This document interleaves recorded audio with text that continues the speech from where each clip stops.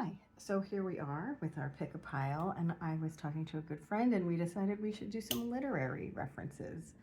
And the book I'm currently reading is Katabasis, and it is about two grad students who descend into hell to rescue their professor, which one of them accidentally killed.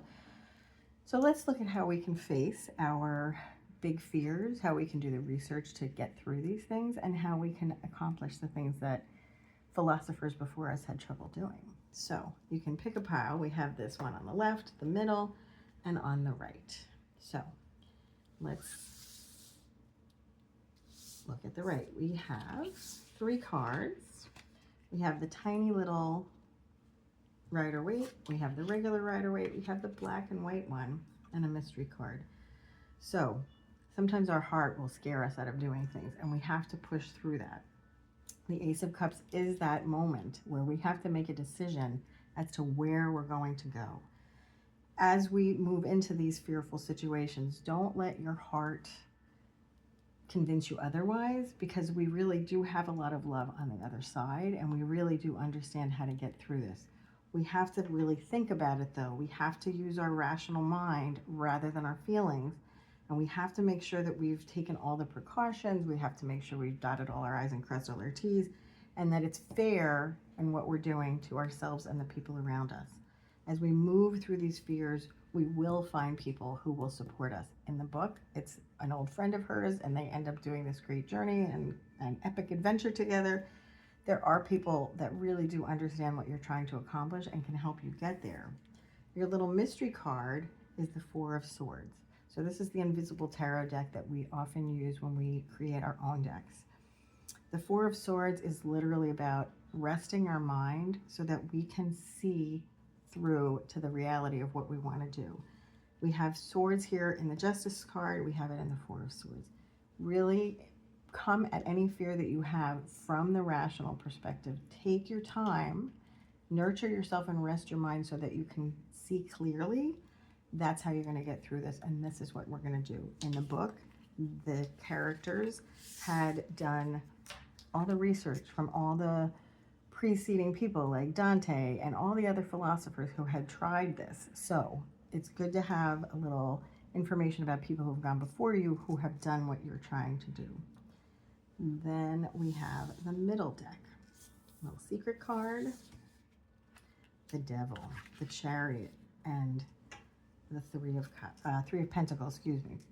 So we have 2 major arcana cards in this one. If you chose the middle card, we want to really be very clear. Again, both of them talk about really having that balance and understanding where you want to go.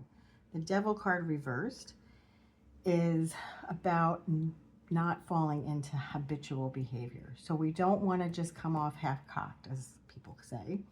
We want to really do these steps that we need to do to get where we want to go consciously. We want to check in that we're not just falling back on old ideas or being triggered by things that were old experiences for us. We want to really move consciously into this. Do it with balance. Do it with the trust that you have done this research, that you know where you're headed, and now you can go there.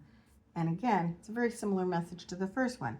The 3 of Pentacles is about finding people who really see the same thing as you do. The 2 of Cups in the original pull was more about finding that love and that soulmate. This is about really finding people who will do the hard work to get you where you want to go. So you can trust that you're going to get there, but you also do want to find this nice mutually supportive community that understands your goal, understands what may be scaring you about this situation, helps keep you grounded, and can work towards that with you. The Pentacles are all about that earthy element of grounding.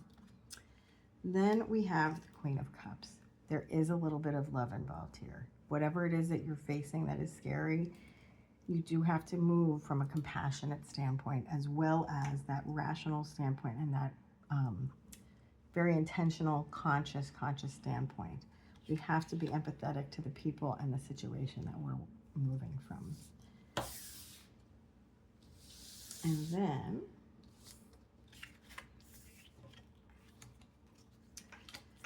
we have no major arcanas in this one. So if you chose the far right, It's maybe not as frightening as the middle one that had the two major arcanas, maybe not as heavy. The Three of Wands, again, you know where you're going. We have the Seven of Cups. The Seven of Cups is about making choices.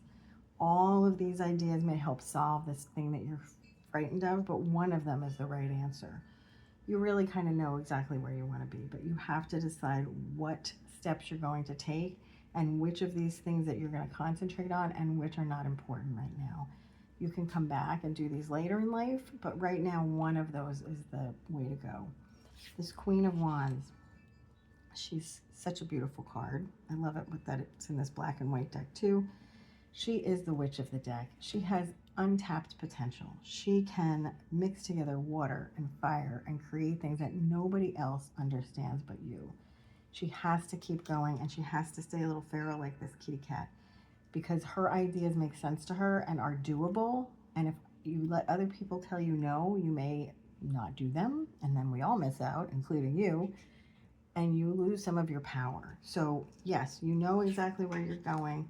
The key to how you're going to face these fears and move forward into this unsurmountable task that you may have is really deciding where you're going to go, what you're going to let go of, and tapping into your creativity and a little bit of your feral nature.